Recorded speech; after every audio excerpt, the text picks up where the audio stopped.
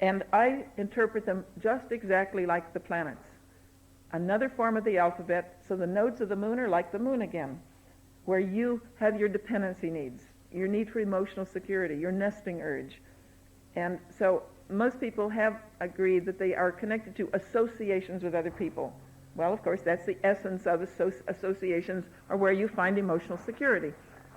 So you will find over and over and over, if you watch the chart, people changing relationships, important relationships, in or out. There will be aspects to the nodes of the moon.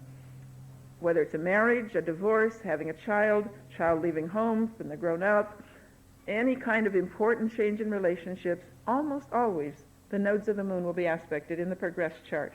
We get into progressions on Friday, but you've had them touched already by Layla, and she did, I thought, a very good job in presenting these ideas to you. So the nodes of the planets are there as another way to see the order, and similarly, if it's the nodes of Mercury, Mercury again, the nodes of Mars, Mars again, nodes of Venus, Venus again. So this is the way you can see themes.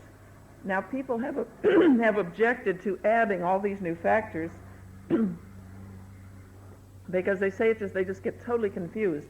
And that would be true if we really were adding new factors, but we're not. We're adding a new form of the alphabet. It's like we have capital letters already, and we have small case, and we have italics. Now we've got a monogram with curlicues on it, but we still know an A is an A, and we can still read it if we see it in a sentence. So as long as it's something that you can assign to one of the 12 letters of the alphabet, one of the 12 sides of life, there's no problem in dealing with it. And it just gives you another chance to see the basic message of the chart. And anything that's an accurate tool should do that, just that. It should repeat the same theme. But the more often you say it, the more clear it becomes, the more emphasized, the more sharply focused, and the more effectively you can read it. So it's just different ways of getting the same message again. And there is only one book out that gives the planetary nodes geocentrically, and that is one of ours, and I think we only had a few copies, and they got sold the first day, but they can be ordered from California, from Los Angeles. Anybody can order them. And a new edition is going to be out soon. It's in process of going to press this fall. But I find them very fascinating. I find over and over and over that people in power positions will have aspects to the nodes of Saturn and Pluto. Here we were talking this morning about this representing power, where remember Pluto is trying to learn to turn the power inward to control the self and not others, and Saturn is looking at the power of the world and trying to learn to relate to that effectively, how to work within the limits to exercise authority as an executive but not trying to make the law. And of course, many times politicians just go a little too far. They try to make their own will into law. Nixon is a real good example of that. I debated putting his chart on the board and didn't. I've got it. That one I do have actually with me, and I may put that on tomorrow. But he has the nodes of Pluto across his sun, south node of Pluto right on the sun, north node of Pluto opposite it, and the nodes of Saturn across his Neptune, north node of Saturn on Neptune and the south node opposite it. And in Washington, D.C., in his local midheaven, Neptune is on the midheaven, and his sun and that node and the nodes of Pluto square the Washington, D.C. ascendant. We can talk about local house in a minute. That's one of many things. So we get just the message over and over and over, the drive for power, the need to be in control. And remember, there are two reasons for this. Two reasons. One of them is insecurity. If I'm not in control, the world's going to get me. If I'm not in control, the world's going to put me down. The world's going to threaten me if I don't get on top of it. So I got to be in control to protect myself. The other reason is with the internalized conscience, with Saturn, I have to be in control because otherwise nobody's going to do it right. So I've got to make it right, otherwise I'll be guilty. If I'm not in control and make sure it's right, my conscience will get me. So Saturn power is power out of fear, either way you slice it. Either the world is going to get us if we don't get on top of it, or our conscience is going to get us because we're responsible for doing it right. And either way, it's a totally different thing than firepower. Mars, Sun, Jupiter, which are the firepower, like I can do it, just what I want to do. I have the power of the king to affect the world, get the world to applaud me. Or God is on my side. God has told me what to do. I can face anything and do anything. God will take care of anything I can't do. So that's your real instinctive inner confidence power, the fire. But Pluto-Saturn power or anxiety power, until Pluto is expressed as self-control and the person knows they're master of themselves and they can face anybody else and be master of themselves.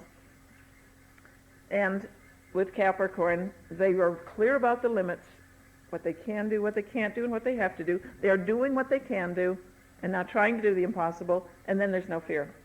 Then they can do what they can and turn the rest over to the higher power. So the basic message here of the nodes is just a repeat of the alphabet in another form. And I do differentiate somewhat between the south node and the north node. In general, the north node is a little easier to handle, a little more comfortable, a little more something you're already doing naturally. And the south node is a little more a challenge, something you're learning, something you're trying to do and have to be a little careful. So watch the south nodes as a little more with a cautionary note. Now that does not mean it has to be negative, because nothing has to be negative. But it means you're more likely to go astray where the south node is unless you're aware, unless you're paying attention. And there have been some people putting out contrary theories recently, which I'm rather disturbed about. And I just hope that people will not just believe what they hear, they will go on looking at charts. Because some people have been suggesting that you should do your south node, you should ignore your south node and only do your north node. And believe me, there are two things in a chart you are not allowed to ignore, and one of them is the south node of the moon, and the other is Saturn. So I look at a chart to see as the two growing areas of life, the two areas where you have to pay attention and do some growing, Saturn and the south node of the moon. And you ignore them at your cost, life will rub your nose in it. Now, once you have learned with both of these, then at that same point you have something to give. So the person who has learned to develop their south node talent, ability, then can give to the world at that point. What is originally a challenge becomes your greatest power and your gift to the world once you have learned it. But in neither case is it to be ignored. And similarly with Saturn, once you have learned to handle the reality, the power of the universe, Saturn becomes your professional role in society, becomes your handling of power. You're being an executive, you're running something. You're being the lawful figure, the person who lays down the law. But it's always the law bigger than you that you are executing, not your own will. So each of these is first a challenge and then an area of very great strength and accomplishment when you do learn what you need to learn. With Saturn, it's always learning responsibility and practicality and the Puritan virtues, what you can do, what you can't do, what you have to do, again, the rules of the game to live in this world. And with the nodes, it's learning to handle relationships. Usually the lesson of the south node comes through relationships with others, because that's your gut, your emotional security need, the moon. Yes? The north node is where things tend to come easier because you've already done it. You already know it. That's the reverse of what's being taught now, as I said. So all I can say is look at it and see what you think. Now, if you've got it in the 10th house or in Capricorn or on Saturn or something like that, you've got obviously a lesson at both ends. So you have to watch out for things like that. But in general, the north node is what you do more easily and comfortably and naturally. The south node is where you're challenged and you have to make an effort and pay attention. But you're not supposed to neglect either one. Any opposition in a chart is something to integrate, to make peace between them and to do both. They need each other. It's a natural partnership, and either one alone is incomplete. So you have to integrate the two and do both of them, not just one. But the pressure end is more the south node end. Well, if you want my frank opinion, and I do alienate people when I say things like this, because the person who's teaching it can't deal with his own south node, and he has therefore made it a general principle that you should ignore it.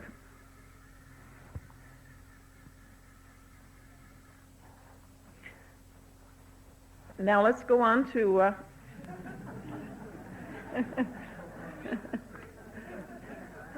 You can find it in the literature. As a matter of fact, I was just told at the Atlanta Convention that he has reversed himself. And he is now saying the South Node is a problem. But I don't know if that's true. That's hearsay. I didn't hear him say that. Mark Robertson. Mark Robertson, should ignore the South Node? Yes. When he did a whole thing on his nose? Yeah, I have been told that just recently he's reversed himself and acknowledges that the South Node is a problem. But that's hearsay. I did not hear it. I was told that at the Atlanta Convention. Oh, wow, that blows my hair. But if you look at charts, don't believe me any more than you believe anybody. Look at charts. Look at people's lives and see what happens. Yes? I was just wondering, I missed something, I know with Schulman's book, though there's a whole huge story on that, but it seems that... He goes along with Robertson, and I totally disagree with him. Well, when you get things psychically and you're not fully in control, you can suffer an inversion on the astral plane that gives you the mirror image. And so the idea might be right, but all the assignments are reversed. Yeah, well, these people like Schulman are people who are theorists. They don't do charts and look at life. They just make up psychic theories, or they get theories psychically, and you cannot trust it until you've checked it. So you've got to check it against life. So just take it as a theory. Don't believe it. Take it as a theory and go look at charts. I had done a discussion like this at a workshop last year, and everybody was very upset because I said this, and they said, oh, we were assuming that the South Node was the easy one, path of least resistance, and the North Node was where you had to focus your attention and work. And I said, okay, where are your nodes? And she had her first North Node in the first house and her South Node in the seventh. And I said, have you ever had any trouble being independent? And she said, certainly not. I've been independent since I was in my teens. I said, have you had problems in forming lasting relationships? And she said, God, yes. I said, okay, look at life. Don't just read other people's theories. That's the only way we will ever learn astrology, is to look at charts and see what people are doing with their lives.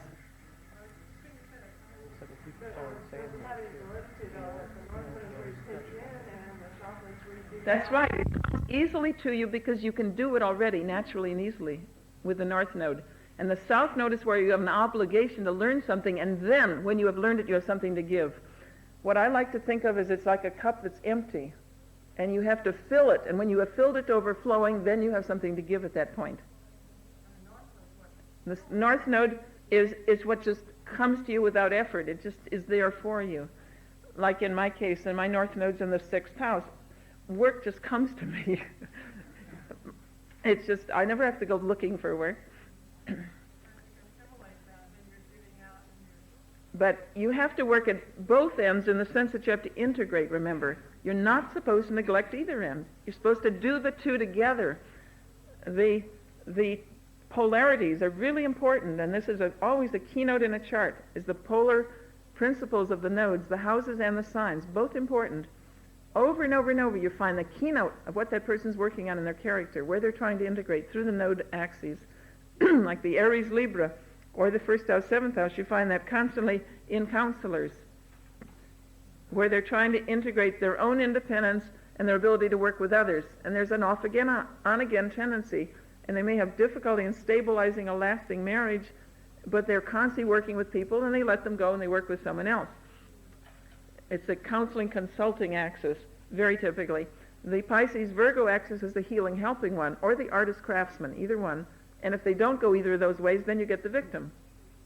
Person who's just hung up on their own problems and looking for someone to save them. So you have your choice of artist craftsman or healing helping person with the Pisces Virgo axis.